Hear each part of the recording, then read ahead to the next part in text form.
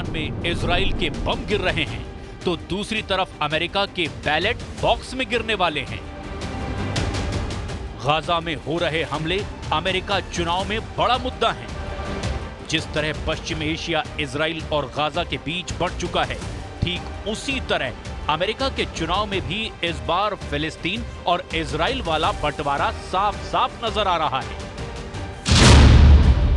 America में चुनावी metre की सुई गाजा और इजराइल के बीच घूम रही है और यही सुई कमला हैरिस या फिर डोनाल्ड ट्रंप की हार और जीत का फैसला करेगी। दोनों उम्मीदवार इजराइल या यूं कहें कि यहूदी वोटर को नाराज नहीं करना चाहते, इजराइल के साथ दिखना चाहते हैं, जबकि अरब और मुस्लिम वोटर के वोट भी नहीं खोना चाहते। पश्चिमी मीडिया और अरब मीडिया में यह सवाल बार बार उठ रहा है कि क्या गाजा की तबाही और इजराइल का युद्ध, क्या ये अमेरिका के चुनाव और वोटिंग में बदलाव ला सकते हैं? इस पर लगातार बहस चल रही है। इस मुद्दे पर कमला हैरिस को वोट मिलेगा या कटेगा, या फिर ट्रंप की बातों पर अमेरिका यकीन करेगा? इजराइल के प्रधानमंत्री बेंयामिन नेतन्याहू से बातचीत पर रिपब्लिकन पार्टी के उम्मीदवार डोनाल्ड ट्रंप ने क्या कहा, इसे जरा गौर से समझिएगा। We're going to bring peace. You're going to have peace in the Middle East, but not with the clowns that you have running the U.S. right now. You're going to have peace. You're going to have peace in the Middle East, and they should have peace in the Middle East, but not with the clowns you have in the Middle East. Gaza में बमबारी जारी है। Gaza में Israel की air strike रोज कहर मचा रही है। गाजा जंग का मैदान बना हुआ है। उत्तरी गाजा में हुए ऑपरेशन में इजराइल के भी कई सैनिक मारे गए हैं। गाजा से ताजा खबर यह है कि जबालिया में हुई इजराइल की बमबारी में 50 से ज्यादा बच्चों की मौत हुई है। यह संयुक्त राष्ट्र की रिपोर्ट है। गाजा में अब तक 43,000 से ज्यादा लोग मारे जा चुके हैं। 1,02,000 से ज्यादा लोग जख्मी हुए हैं। वहीं लेबनान में करीब 3,000 लोगों की मौत हो चुकी है। 13,000 से ज्यादा लोग इसमें जख्मी हुए हैं। I'm very proud to have a significant amount of support from the Arab American community, both because of my position about what we need to do in Gaza and in the region to end the war and bring the hostages home, and my commitment to a two-state solution, but also because within that community there are many issues that challenge folks and that they want to hear about it. Gaza और Lebanon के धमाकों के बाद ऐसे हमले Iran के अंदर ना हों, यही खामनेई का डर भी है। ईरान अब 26 अक्टूबर का बदला लेना चाहता है। ईरान के सुप्रीम लीडर अली खामनेई भी वार्निंग दे चुके हैं कि इजराइल की दूसरी गलती उसका आखिरी ब्लंडर होगा।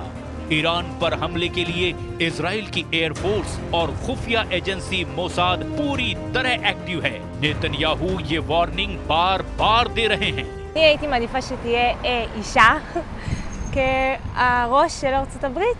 אני חושבת שזה יכול להיות שינוי לטובה, ומקווה שהיא תיבחר.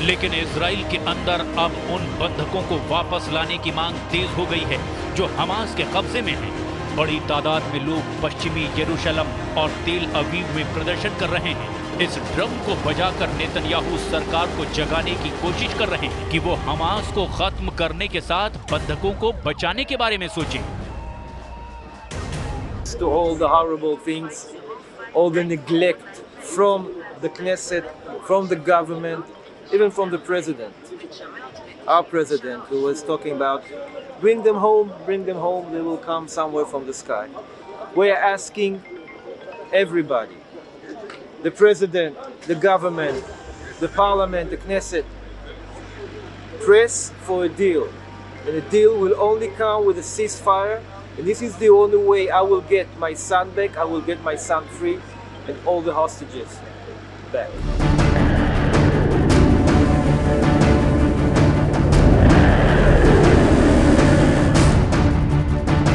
इजराइल की सेना इस वक्त कई फ्रंट पर लड़ रही है। उनकी एयरफोर्स पर भी दबाव बहुत ज्यादा है। लेकिन 26 अक्टूबर के अटैक के बाद इजराइल ने अपने टारगेट्स पर और ईरान के एयर डिफेंस पर और ज्यादा रिसर्च कर ली है। फिलहाल इजराइल का फोकस अपने डिफेंस पर है। इजराइल को अमेरिका से थर्ड मिसाइल डिफेंस सिस्टम मिल चुका है और उसकी डिमांड है कि अमेरिका उसे थर्ड की एक और बैटरी जल्द से जल्द सप्लाई कर दे। यानी इजराइल की हिफाजत इस वक्त पूरी तरह अमेरिका पर निर्भर है और इजराइल पर ईरान का हमला वहां के चुनाव पर असर जरूर डालेगा, इसकी 100% गारंटी है।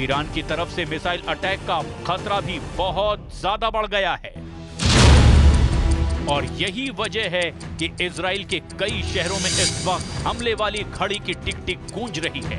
तेल अवीव से लेकर हाइफा और नेवातिम से लेकर के अशकेलॉन और अशदोद तक के एक एक शहर और मिलिट्री अड्डे अलर्ट पर हैं। इजराइल के कम से कम 25 शहरों में डिफेंस का जर्रा जर्रा हरकत में आ चुका है, क्योंकि ईरान वो टाइम बम लेकर तैयार है जिसके टारगेट पर पूरा इजराइल है। क्या ईरान इस बार भी बैलिस्टिक मिसाइल से अटैक करेगा या फिर वो ड्रोन या फिर कोई और नया हथियार या जरिया तलाशेगा जिसके बारे में नेतन्याहू और बाइडेन ने सोचा भी नहीं होगा?